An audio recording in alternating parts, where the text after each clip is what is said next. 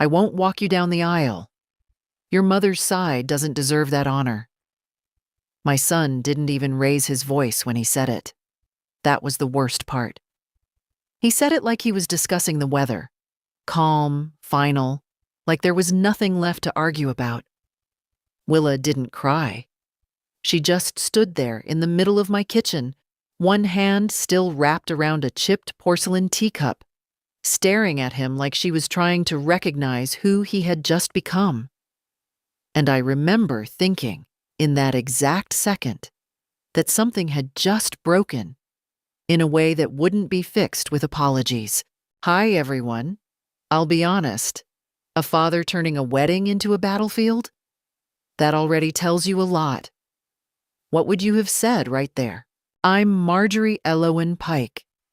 I'm 66 years old, and I've lived in the same creaking house in Briar Glen long enough to know exactly which floorboard complains under my left foot. I used to be a librarian, the kind who memorized where every book lived, and maybe that's why I notice patterns in people too. And my son, Callum, he had a pattern. He didn't shout. He didn't slam doors. He controlled things quietly, neatly, like rearranging furniture no one else was allowed to move. That afternoon, the house smelled faintly of cinnamon and something citrusy. I'd been experimenting with a lemon posset recipe Willa found in an old cookbook, the kind with handwritten notes in the margins, probably from someone who had strong opinions about sugar ratios. Willa loved those details. Always had. Callum stood near the window, hands in his coat pockets, as if this was just another errand. "I'm not saying she can't invite them," he added, nodding vaguely, like them didn't have names. "I'm saying I won't participate in that."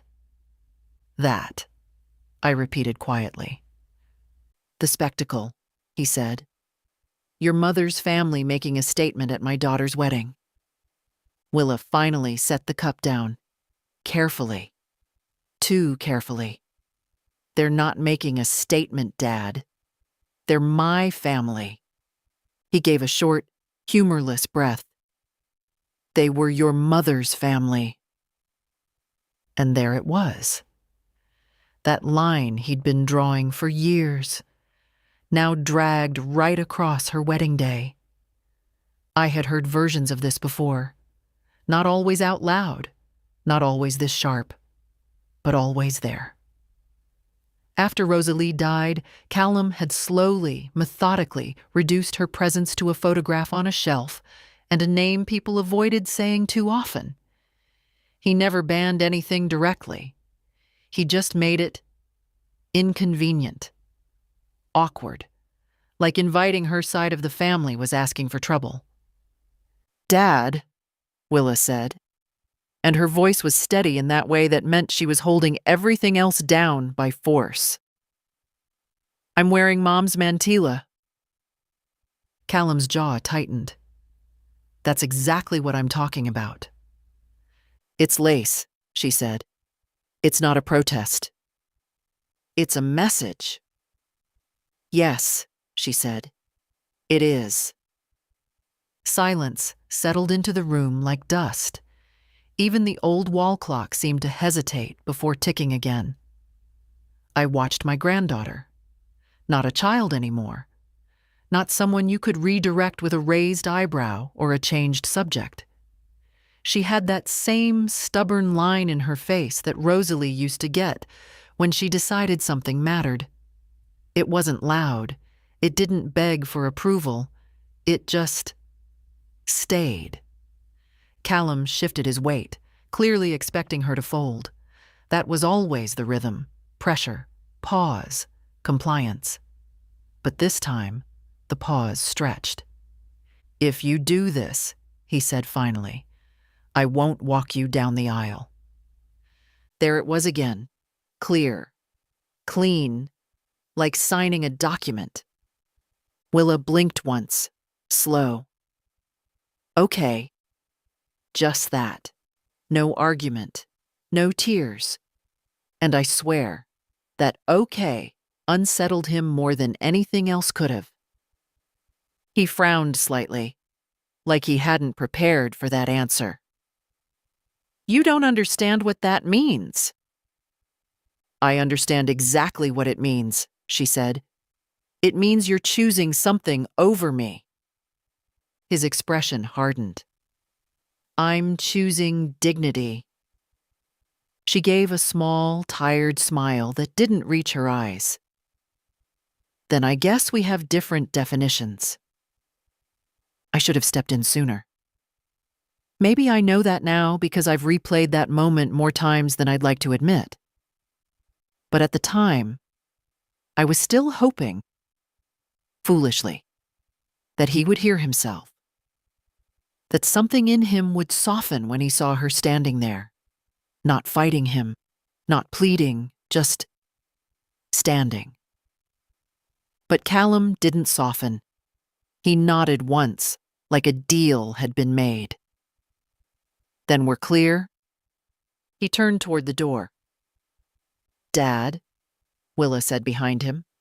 And for a second, I thought this was where it would crack open, where she'd say something that would pull him back. But all she said was, "I wish you remembered her differently." He didn't answer. He just left. The front door closed with a quiet click. Not a slam. Not dramatic. Just final. Willa stayed standing for a moment, then slowly sat down in the chair across from me. She looked at the table, at the little notebook where she'd been writing ideas for the ceremony. Names, music, even a ridiculous note about serving something called honeyed fig crostini, because Jonah had tried it once and wouldn't stop talking about it. She ran her fingers over the page without really seeing it. "I didn't think he'd actually say it," she murmured. I reached across the table, placing my hand over hers. Her skin was cold. "He's been saying it for years," I said quietly. "Just not this, clearly." She let out a breath, something between a laugh and a sigh. "I thought weddings were supposed to bring people together." "They do," I said.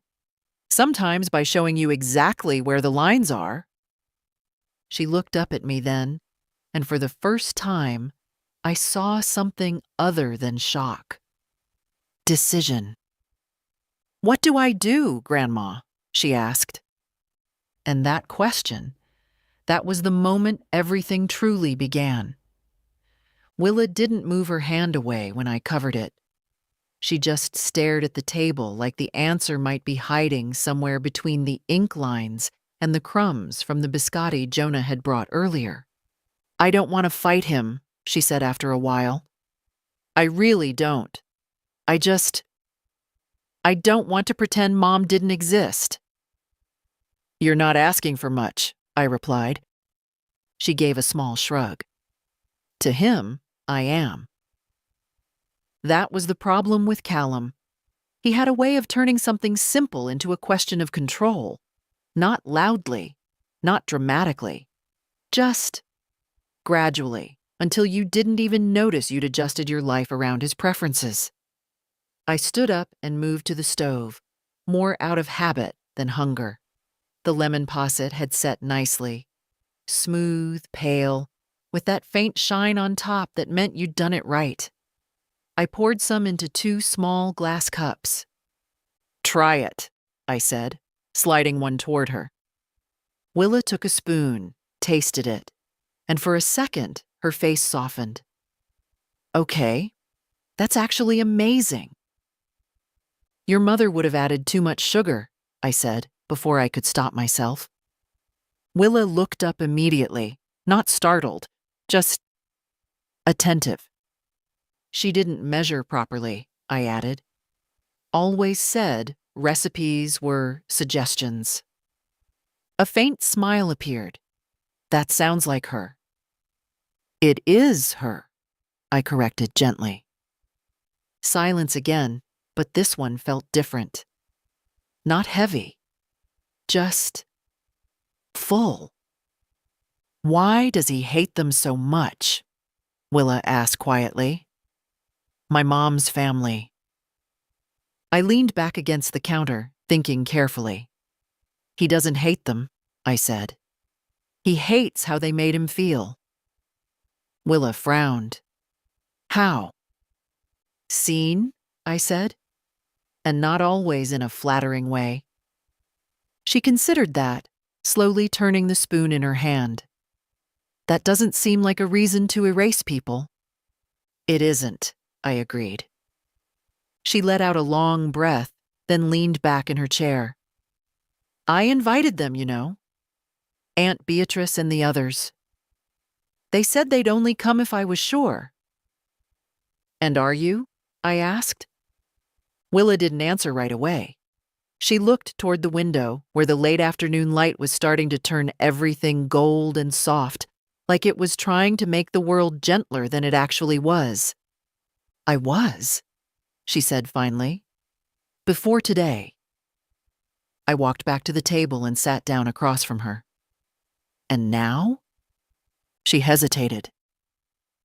Now it feels like if I choose them, I lose him. I shook my head slightly. No. If you choose yourself, he might choose to step away. That's the same thing, she said. It isn't, I replied quietly. But it will feel like it for a while. She pressed her lips together, eyes glistening just enough to notice, not enough to spill.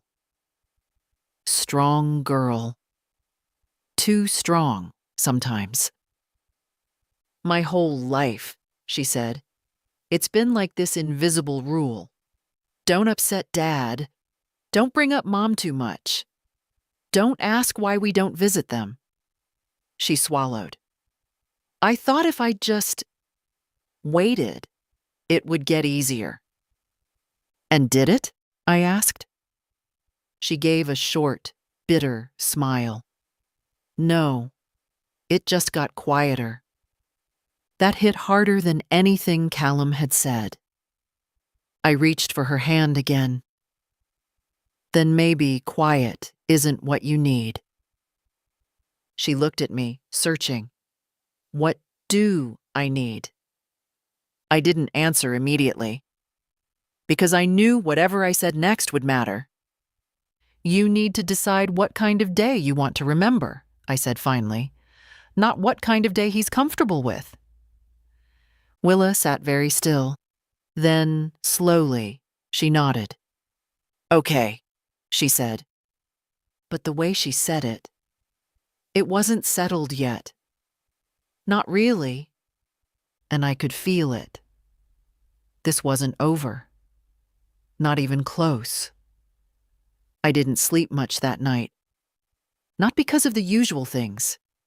My knees, the old clock ticking too loud, the way the house settles like it's breathing.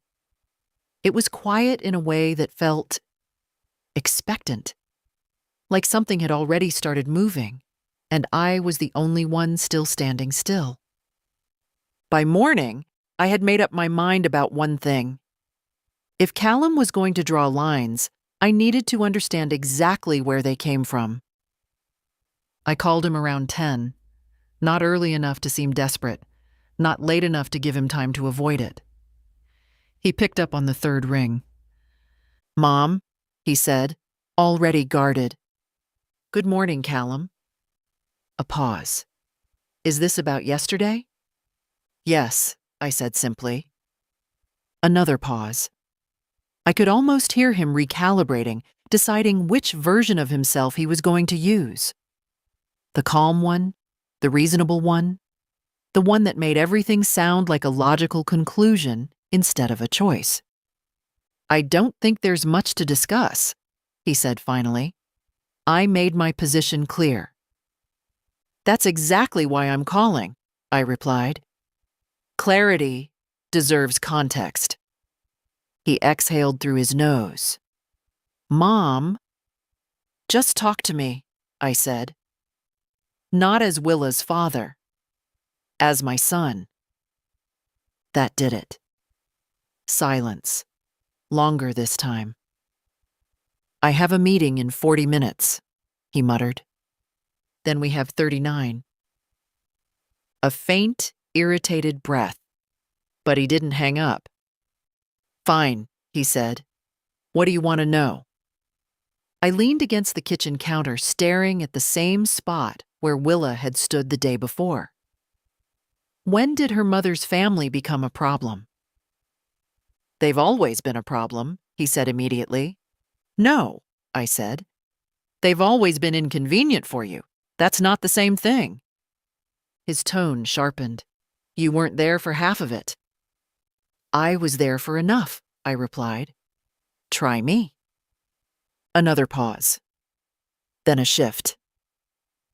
"They never respected me," he said. "Not from the start. Rosalie's aunt, that Beatrice woman, always correcting me, always acting like I was temporary." "Because you were 23 and pretending you had everything figured out," I said. "That's not fair." "It's accurate." He let out a short laugh, but there was no humor in it.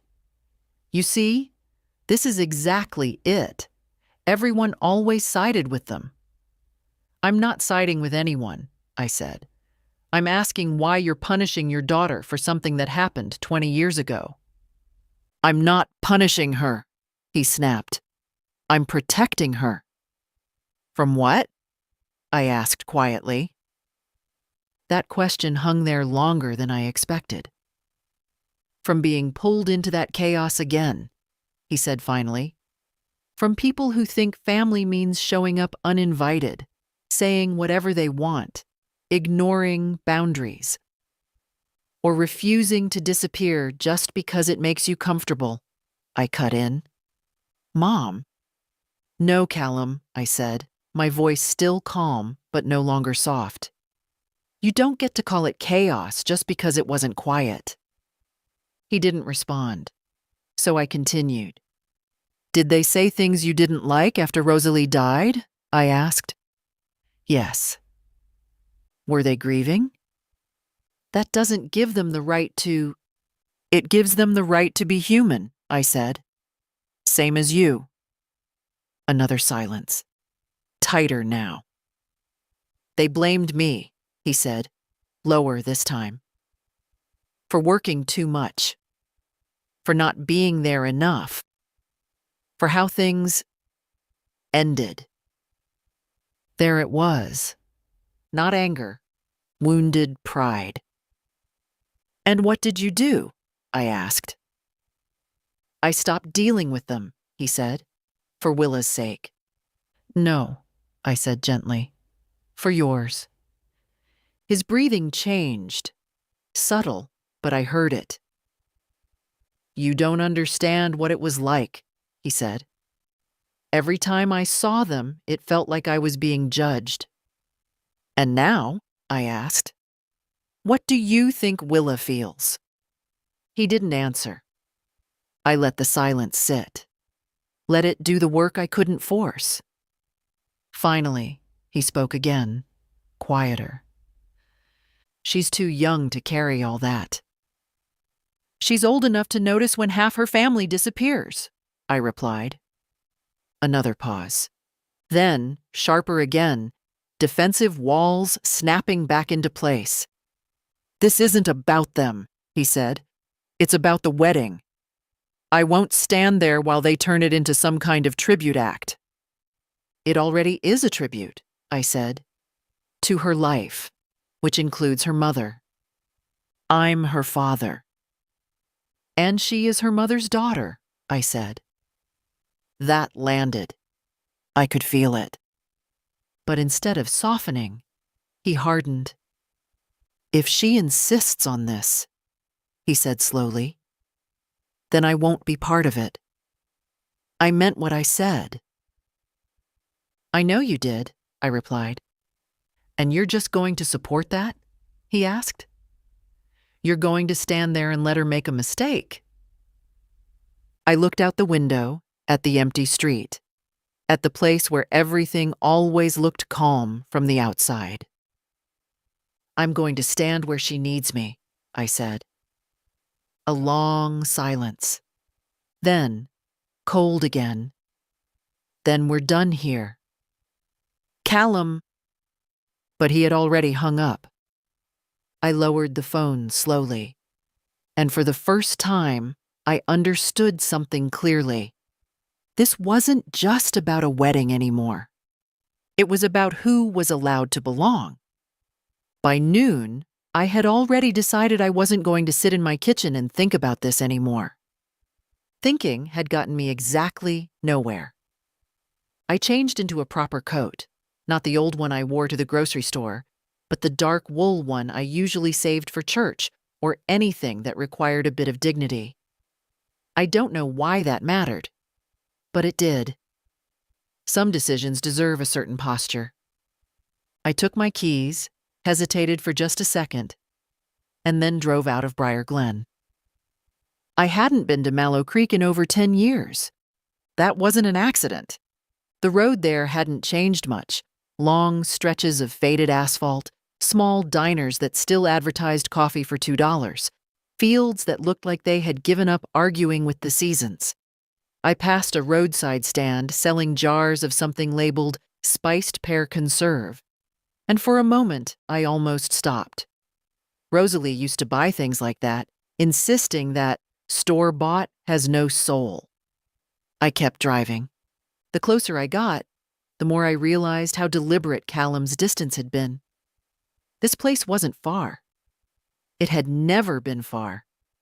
And yet, for Willa, it might as well have been another country. Mallow Creek greeted me the same way it always had. A little uneven, a little stubborn, and completely uninterested in pretending to be anything else. The houses leaned slightly, like old people who refused to sit down. Wind chimes somewhere in the distance, a dog barking at nothing in particular. I parked in front of a narrow 2-story house with pale green shutters that had seen better decades. Beatrice Venn Calder opened the door before I even knocked. She hadn't changed as much as I expected. Her hair was fully silver now, pulled back tight, and her eyes were exactly the same. Sharp, assessing, not unkind, but not welcoming either. "Well," she said, arms crossed lightly. "That's a surprise I didn't have on my list today." "Hello, Beatrice." She looked me over from head to toe, taking her time. "You look older." "So do you," I replied. That earned me the faintest hint of a smile. "Fair enough," she said, stepping aside. "You'd better come in before the neighbors decide this is entertainment." The house smelled faintly of cloves and something baked earlier. Maybe bread, maybe something sweeter. There was a barometer shaped like a little ship on the wall, its needle tilted slightly toward change, which felt almost too on the nose. "I won't pretend this is a social visit," I said, once we were in the kitchen. "I didn't assume it was," Beatrice replied, pouring hot water into 2 thick ceramic mugs without asking if I wanted any. "People don't drive 2 hours for nostalgia." I accepted the mug anyway. "It's about Willa," I said. That got her full attention. Beatrice didn't sit. She just leaned against the counter, watching me like she was measuring every word before I spoke it.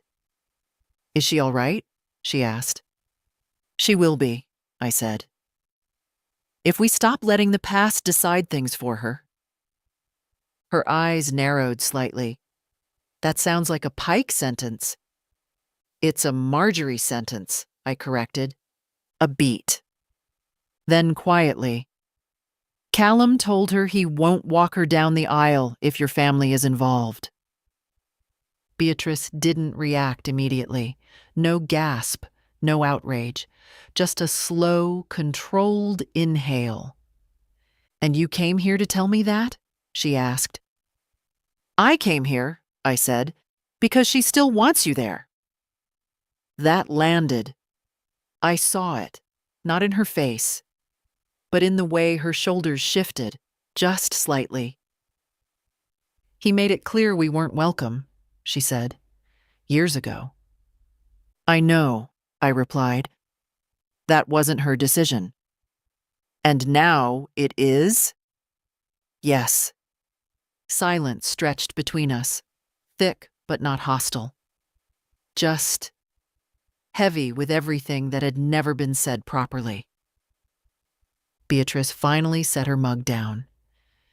"You understand what happens if we come," she said. "He won't make it easy." "I don't think he plans to," I admitted.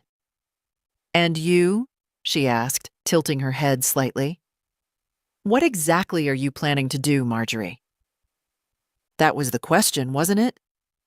I thought about Willa standing in my kitchen, about Callum's calm, final voice, about all the years of quiet adjustments. "I'm planning," I said slowly, "to make sure she doesn't walk into that day alone." Beatrice studied me for a long moment. Then she turned, walked to a cabinet, and pulled out an old tin box. The kind people use to keep sewing supplies or letters in. She placed it on the table between us. "If she's getting married," Beatrice said, "there are things she should have had a long time ago." I looked at the box, and I knew whatever was inside it was going to change everything. For a moment, neither of us touched the box. It sat there between us, dull metal with scratches along the lid, like it had been opened and closed too many times by hands that weren't ready for what was inside. I could hear the faint ticking of that ship-shaped barometer behind me, steady, indifferent. "What is it?" I asked. Beatrice didn't answer right away. She ran her fingers once along the edge of the lid, almost absent-mindedly. "Things your son decided his daughter didn't need," she said finally. That was enough. I reached forward and lifted the lid. Inside, everything was carefully arranged, not thrown together. That alone told me how important it had been. Letters tied with a thin, faded ribbon, a small velvet pouch, a folded piece of lace. Old, delicate, the kind that looked like it could fall apart if you breathed too hard. I picked up the letters first. "Rosalie?" I asked. Beatrice nodded. "Written during her last year." My throat tightened slightly. "To Willa?" "Yes." I untied the ribbon slowly, almost afraid to rush it. The top letter was dated just a few months before Rosalie died. The handwriting was steady, not shaky, not dramatic. Just hers. I didn't read all of it. That wasn't my place. But a few lines caught my eye before I could stop myself. "If you're reading this, it means I didn't get the chance to explain everything in person. Don't let anyone tell you which parts of your life are worth keeping." I closed the letter gently. "She never saw these?" I asked. Beatrice's jaw tightened. "We tried. More than once." That answer didn't need details. I already knew what had happened to those attempts. I set the letters back down carefully and picked up the lace. It was a mantilla, ivory with fine handwork, the edges slightly worn in places. Not perfect, but that wasn't the point. It felt lived in. "This was hers?" I asked. "And her mother's before that," Beatrice said. 3 weddings. 1 fire. Somehow still in one piece. I turned it slightly in my hands, noticing a tiny detail. A small blue bead stitched discreetly into the inner seam. "What's this?" I asked. Beatrice's lips curved faintly. "Something silly we started. a bit of color for luck. Rosalie insisted on keeping it. Of course she did. I set the mantilla down and opened the velvet pouch. Inside was a simple ring, not a wedding band, something older, worn smooth by time. She wanted Willa to have that too, Beatrice added. Not for the ceremony, just to have. The room felt quieter somehow, like even the walls understood this wasn't just a collection of objects. This changes things, I said. It should, Beatrice replied. I looked up at her. She needs to see this. Yes, she said, but not from me. I frowned slightly. Why not? Because if I show up with this, Beatrice said, it becomes a fight. About me, about us, about everything your son wants it to be about. She wasn't wrong. And if it comes from you, she continued, it's about her mother. I exhaled slowly. You've thought about this. I've had years, she said simply. Silence again, but this time it felt aligned. I'll take it to her, I said. Beatrice nodded once, then added, and Marjorie. I paused. If she asks us to come, Beatrice said, her voice steady but not without weight. We will, but we're not coming to fight him. I know, I replied.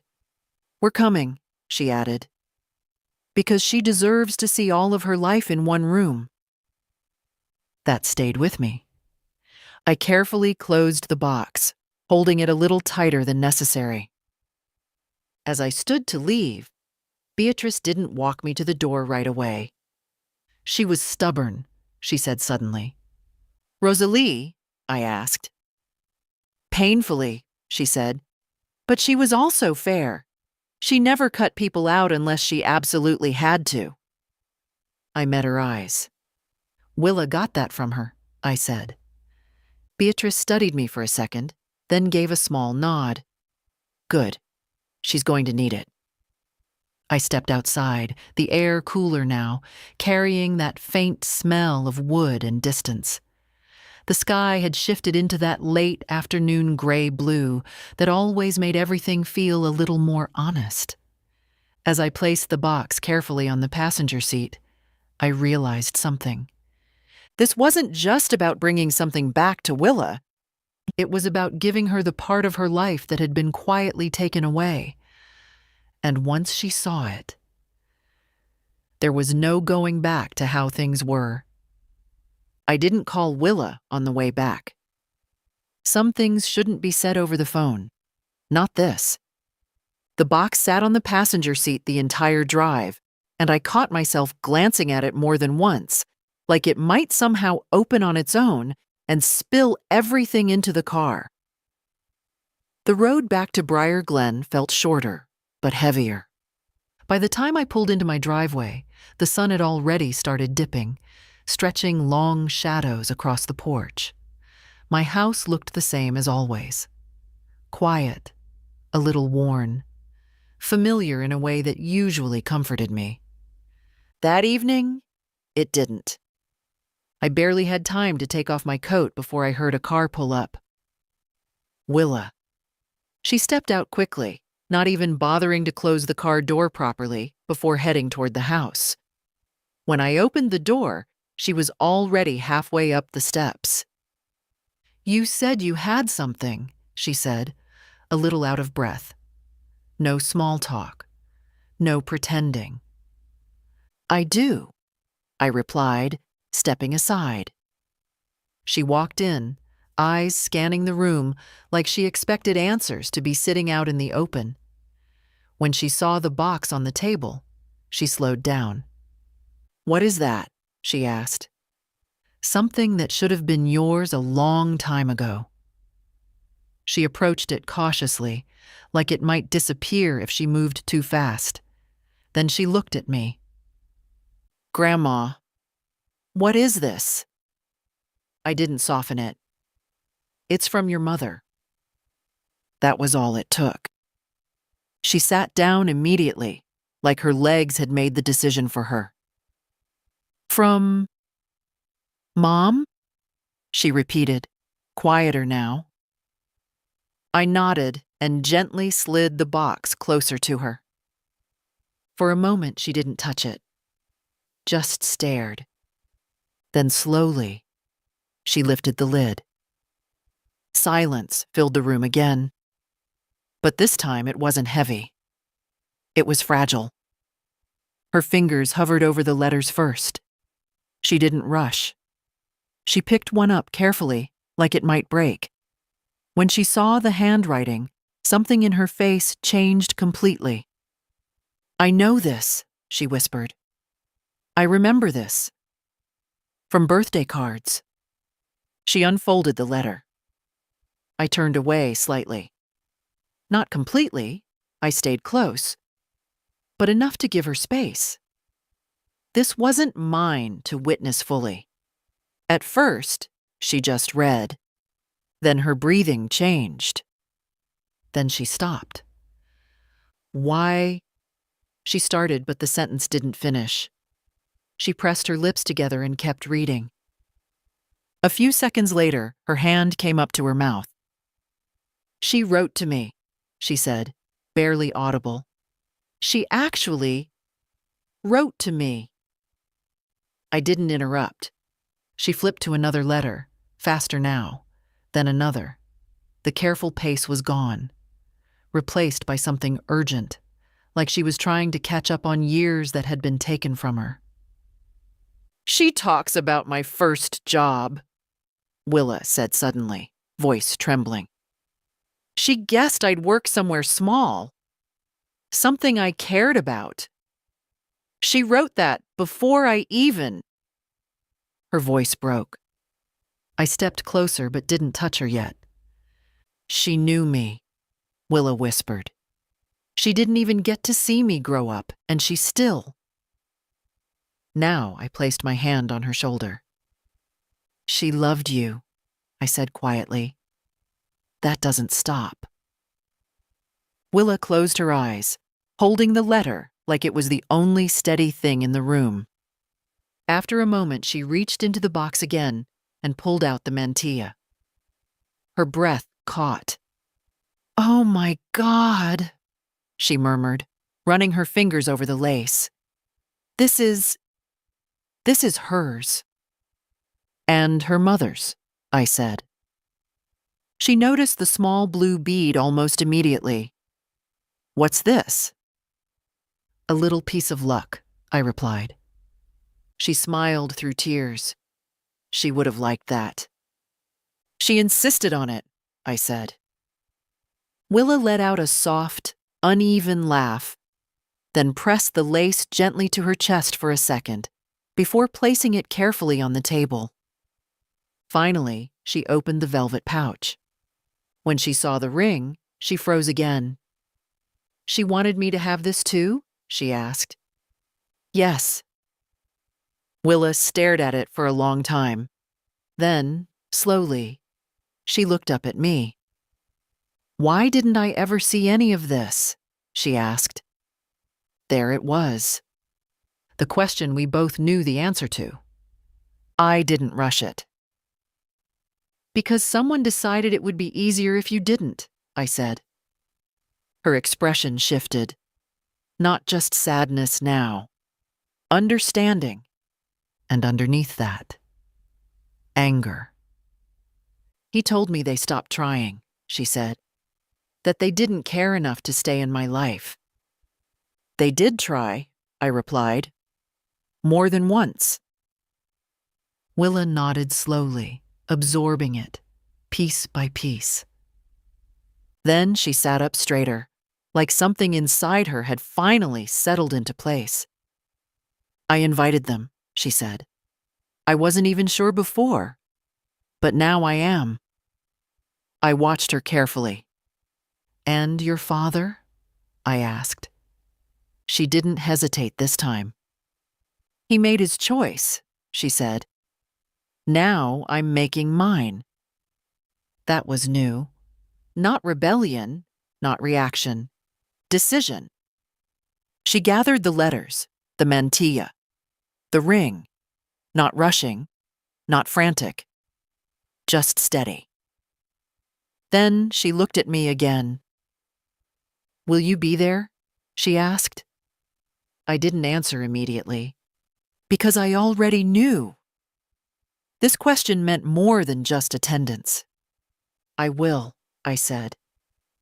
And in that moment, I understood something clearly. This wedding wasn't going to be about keeping peace anymore.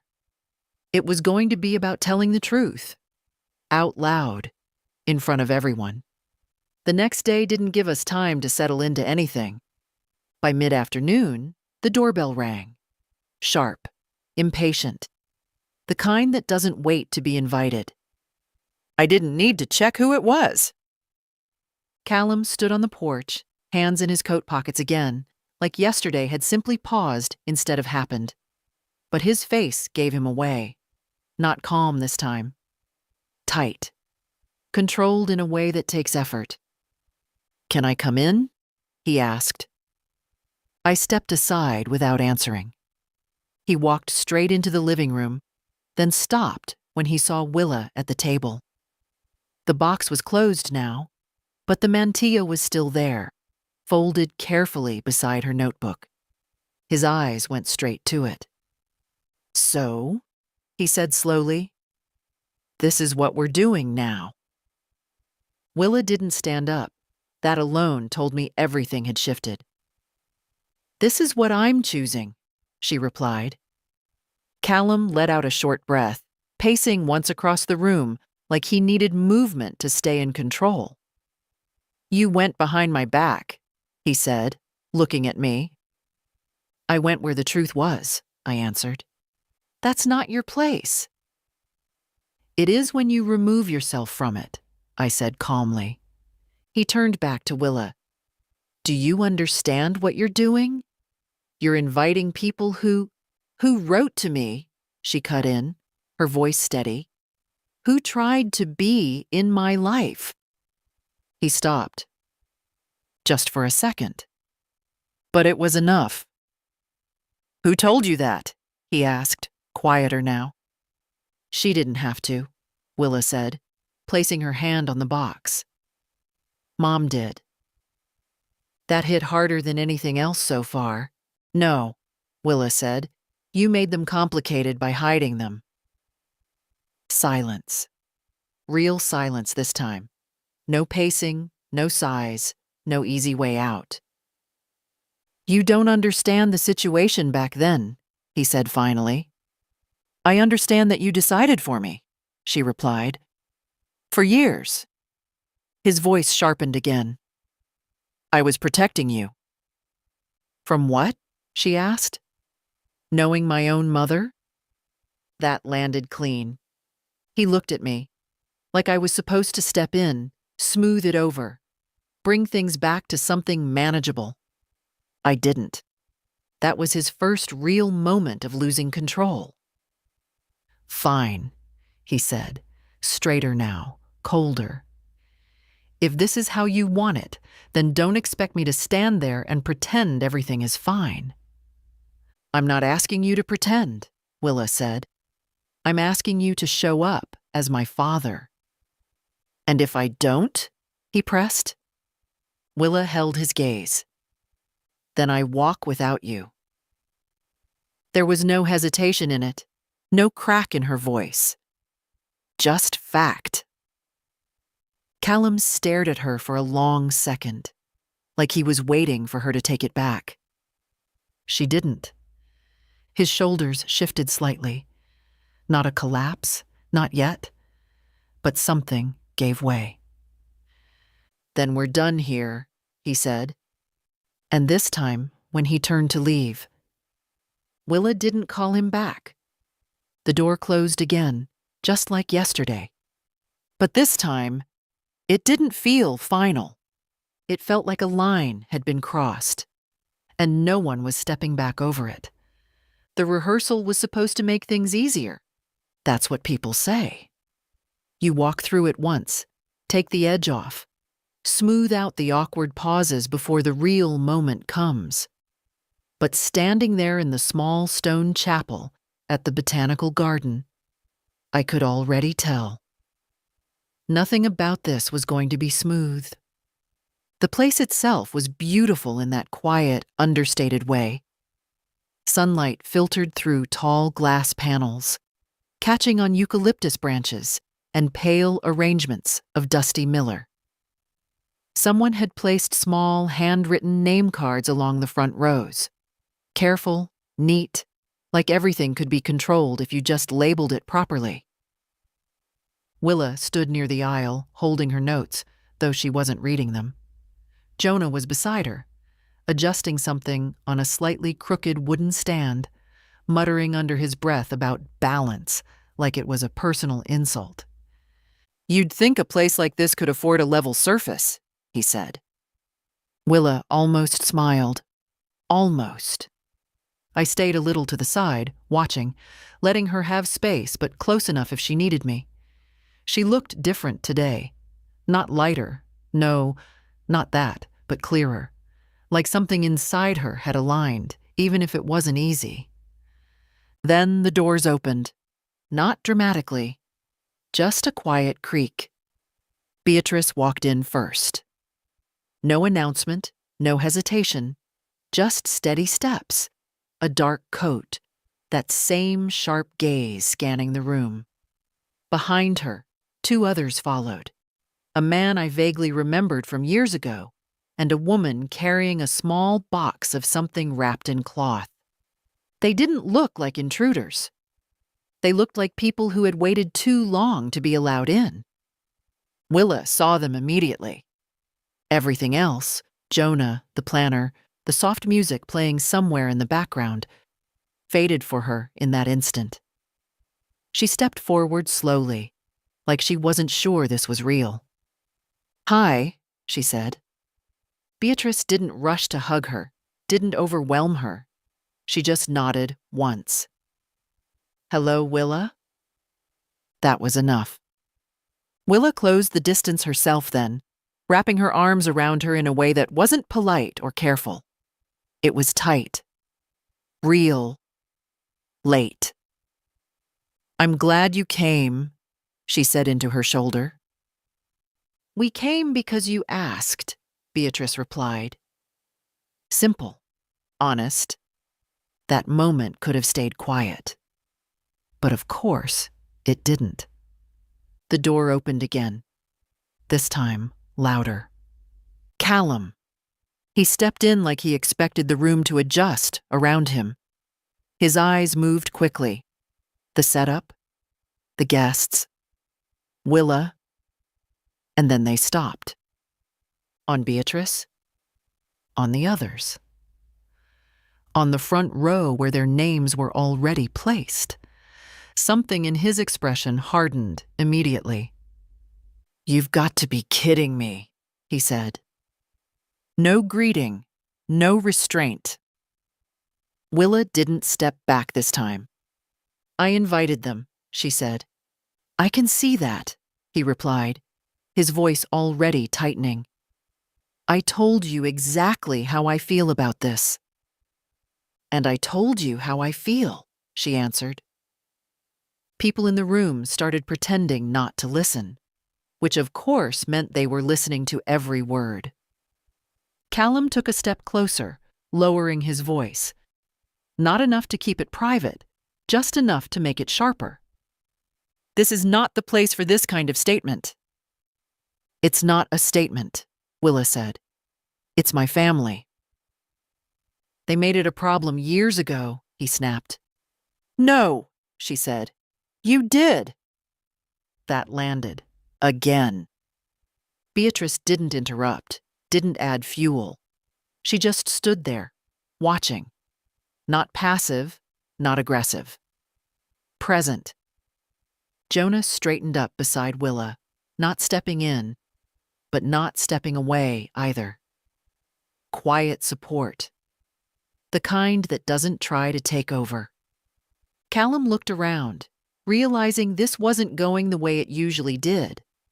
No one was backing him up. No one was diffusing it for him. So he went for the same line.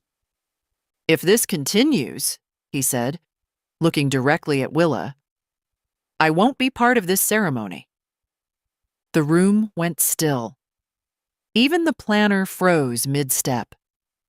Willa didn't hesitate. "Then don't be," she said. No pause, no tremor. Just done. That was the moment everything shifted. Not loudly, but completely. Callum stared at her, like he didn't recognize the person standing in front of him anymore. And for the first time, he didn't have the upper hand.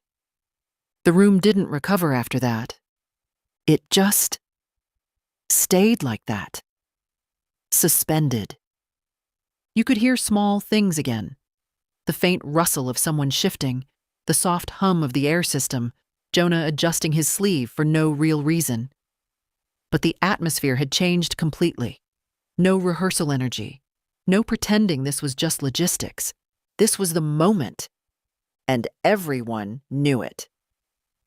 Willa stood in the center of the aisle, shoulders straight, hands relaxed at her sides.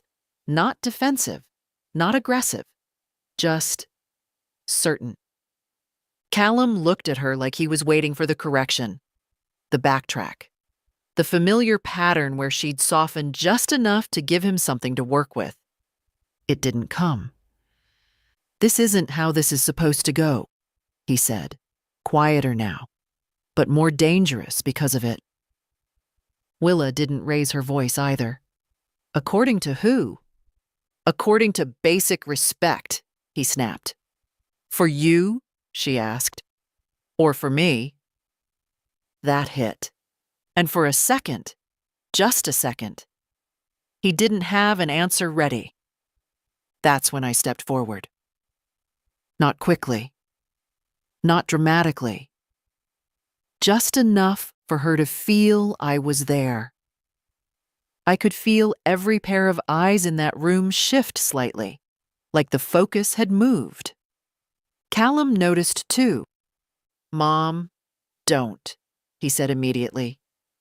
"I'm not stopping anything," I replied. "I'm just standing where I'm needed." Willa glanced at me, and I saw it. That small flicker of relief she didn't want to show too openly. Not weakness. Just acknowledgement. Callum shook his head. "You're making this worse." "No," I said calmly. "It's already what it is." Silence again. Then Willa spoke. And this time her voice was softer, but somehow even stronger. "I'm not removing them," she said. "I'm not hiding my mom. And I'm not pretending this is just your day." Callum's jaw tightened. "And I'm not asking you to agree," she added. "I'm asking you to decide." That word landed differently. Decide. Not argue, not negotiate, not convince. Just choose. The room felt smaller somehow. Callum looked around. At the front row, at Beatrice, at Jonah, at me, at the reality of it. No leverage left. No quiet adjustments to shift things back in his favor. Just a line, and him standing on one side of it. He let out a slow breath. "If I walk you down that aisle," he said carefully, "it means I'm standing next to people who disrespected me." Willa nodded once. "And if you don't, it means you're not standing next to me." That was it. No extra words. No emotion poured on top. Just truth. And sometimes that's heavier than anything else. Everyone's watching. The aisle is set. The father draws a line. What would you do in Marjorie's place? Me. I wouldn't let that moment crush her. I'd step in. Calm, but firm. Callum looked at me again. Not angry now. Something else. Like he was realizing, maybe too late, that this wasn't a situation he could manage anymore. I didn't speak. Didn't push. Didn't try to fix him. Because this wasn't mine to fix. Willa took a small step forward. "Tomorrow," she said quietly, "I'm walking down that aisle. With or without you." No hesitation, no fear left in it. And for the first time since this started, Callum didn't respond right away. The morning of the wedding didn't feel like a celebration. It felt like a decision waiting to be carried out. I arrived early, earlier than I needed to.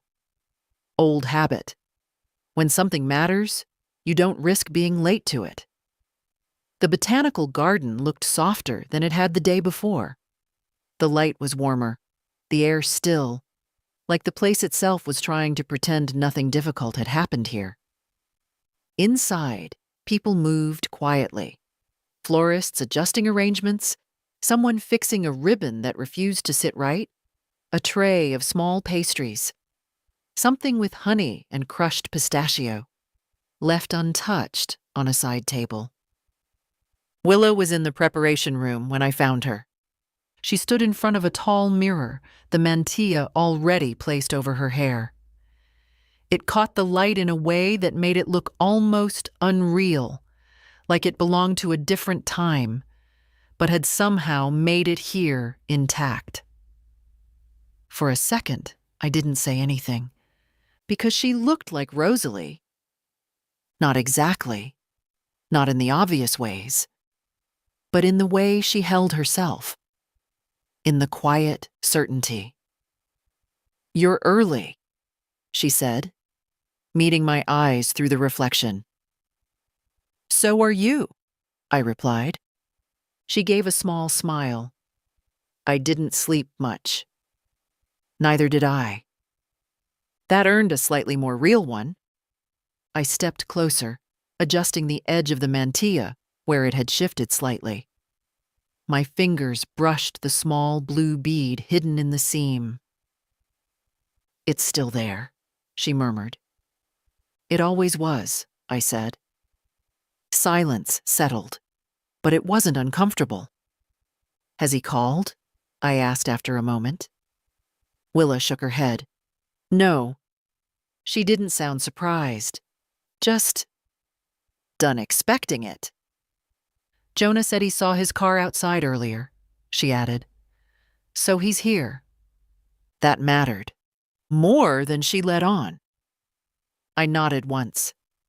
Then he's already made part of the decision. Willa looked at me in the mirror. "And the rest?" I held her gaze. "That's on him." A knock at the door interrupted us. One of the coordinators peeked in, gentle, careful. "10 minutes," she said softly. Willa nodded. When the door closed again, the room felt smaller, closer to the moment. Willa took a breath, slow and steady, then turned to face me fully. "If he doesn't come," she started. I didn't let her finish that sentence. "You won't be alone," I said. She studied my face for a second, like she was making sure I meant it. "I know," she said quietly. Outside, the music began, soft at first. Just a signal. Time. We walked toward the entrance together. Not arm in arm yet. Just side by side. Through the glass, I could see the guests settling, both sides. No separation now. No invisible lines. Beatrice sat in the front row, back straight, hands folded. Jonah stood near the altar, adjusting his cuff again, then stopping when he realized he was doing it. And Callum. He was there, standing off to the side of the aisle, not in position, not ready, just there. Willa saw him, too. Her steps slowed for half a second, then steadied again. We reached the doors. They opened. The music shifted, fuller now, filling the space. Willa stood at the threshold, the light behind her, the aisle in front of her, and everything unresolved, standing just a few steps away.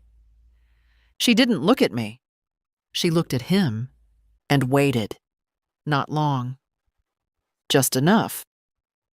Callum didn't move, didn't step forward, didn't leave either. He stayed exactly where he was, and in that stillness, the answer was clear.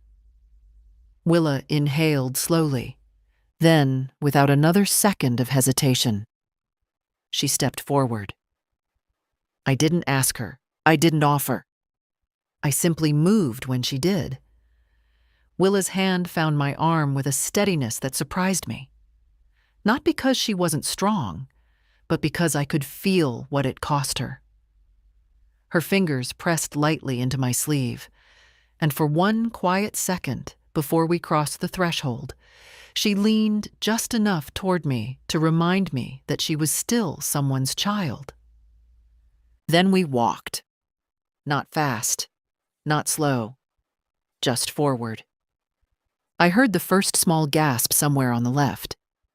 Then the silence that follows when people understand they're seeing something no one planned to explain. The music kept playing, gentle and stubborn, and the lace of Rosalie's mantilla brushed Willa's shoulder with every step. I didn't look at Callum right away. If I had, I might have lost the calm I needed. Instead, I looked ahead at Jonah. He was standing at the altar with his hands clasped so tightly his knuckles had gone pale. When he saw Willa coming toward him, really saw her, his face changed, not into some movie star smile. Something better. Relief. Love. A little fear. The look of a man realizing the woman walking toward him had just chosen herself in front of everyone. Halfway down the aisle, Willa's hand tightened on my arm. That was when I finally glanced to the side. Callum was still standing there. His face was unreadable at first, but then I saw it. Not rage, not exactly. Shock. A kind of wounded disbelief, as if he had set down a weapon and somehow been surprised no one begged him to pick it back up. He didn't move. Neither did I. We reached the front.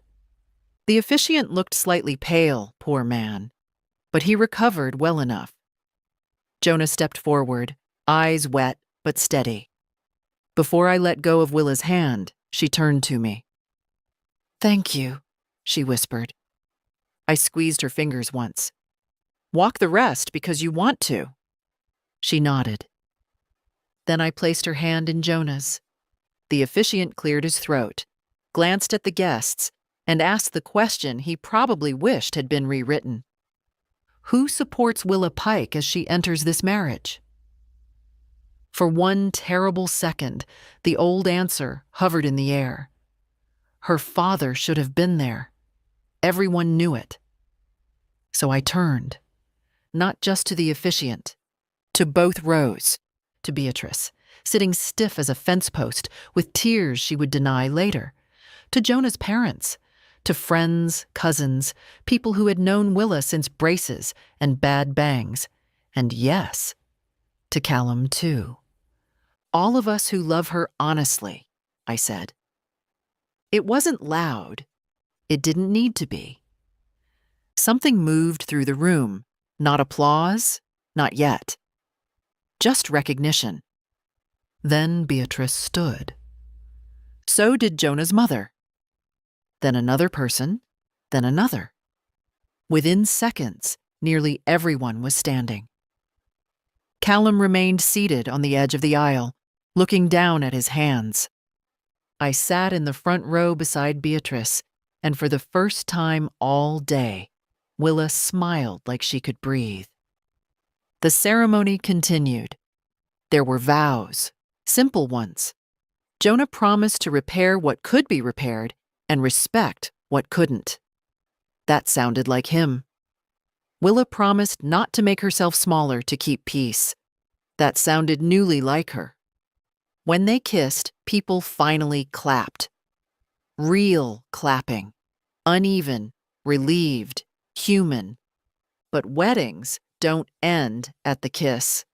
That's what no one tells you. The hard part waits for the reception. And Callum was still there. The reception didn't explode into chaos. That would have been easier. Instead, it unfolded. Carefully. Like everyone was aware they were stepping around something fragile. The garden lights had come on by then, soft and warm, strung between trees like someone had tried to stitch calm into the evening. Tables were set with simple arrangements, nothing extravagant, just clean, thoughtful. I noticed the desserts included lemon posset. Willa hadn't forgotten. People talked, laughed even. But there was a current underneath it all, quiet and steady. And Callum was still there, not hiding, not leaving. Standing near the far end of the terrace with a glass in his hand he hadn't touched. Willa didn't go to him right away. She danced first. Jonah led, a little unsure at the start, then more confident when she laughed. A real laugh this time, not the careful kind. People gathered around them, clapping softly, giving them space. For a few minutes, it looked like any other wedding. But eventually, real life catches up with ceremonies. I saw the moment Willa noticed him again. Her shoulders shifted slightly, just enough. "I should talk to him," she said to Jonah. He nodded, no hesitation. "I'll be right here." That's what support looks like. Not stepping in, not taking over, just staying. Willa crossed the terrace slowly, not dragging it out, not rushing either. Just walking towards something she knew wouldn't be easy. Callum saw her coming. He straightened a little, like instinct kicked in before pride did. For a second, neither of them spoke. Then Willa said, "You stayed." It wasn't an accusation, just a fact. "I didn't think leaving would fix anything," he replied. "That's new," she said quietly. He almost smiled. Almost. They stood there, two people who had been speaking around each other for years, now forced into something direct. "I didn't expect you to do that," he said finally. "Walk without me." "I didn't expect you to make me choose," she answered. That landed. Callum looked down briefly, then back at her. "I thought I was protecting you." "I know," she said. "But you weren't protecting me. You were protecting how you felt." He didn't argue, didn't correct her. Just stood there with it. "I missed a lot, didn't I?" he said after a moment. "Yes," Willa replied. No softness, no cruelty, just truth. Another pause. Then Callum did something small, but real. "I still have some of her things," he said. "I didn't throw everything away." Willa's expression shifted slightly. Not forgiveness, but something opened. "Then don't keep them from me anymore," she said. "I won't," he answered. That was as close to an apology as he could get right now. And maybe that was all there was. They didn't hug. Didn't resolve years of silence in one neat moment. But when Willa stepped back, it wasn't with anger. Just distance that might one day close. She returned to Jonah, who didn't ask questions. just took her hand again, like nothing needed explaining. I watched Callum for a while after that. He stayed through the speeches, even raised his glass when Jonah's father said something kind about families learning to stand in the same room again. He didn't speak himself. That was probably for the best. Weeks passed. Not everything fixed itself. Callum called me twice. Short conversations. Careful, like we were both learning a new language we didn't fully trust yet. Then one afternoon, he showed up at my door with a box, smaller than the one I brought from Mallow Creek. "I think these belong to her," he said. Inside were photographs, a few old notebooks. Nothing dramatic, but enough. Enough to say he was trying. I didn't praise him, didn't make it easier than it should be. I just said, "I'll give them to Willa." He nodded and left. The last time I visited Willa and Jonah, they were settling into their small apartment above his workshop. The place smelled like wood shavings and fresh paint. There was a frame on the wall already. Their wedding photo. You could see everything in it if you looked closely. Willa in the mantilla, Jonah beside her. Two families in the background. Not perfectly blended, not pretending, just there.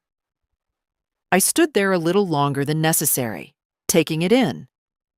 Because that's what this was about in the end. Not winning, not punishing, just refusing to let someone else decide which parts of your life are allowed to exist.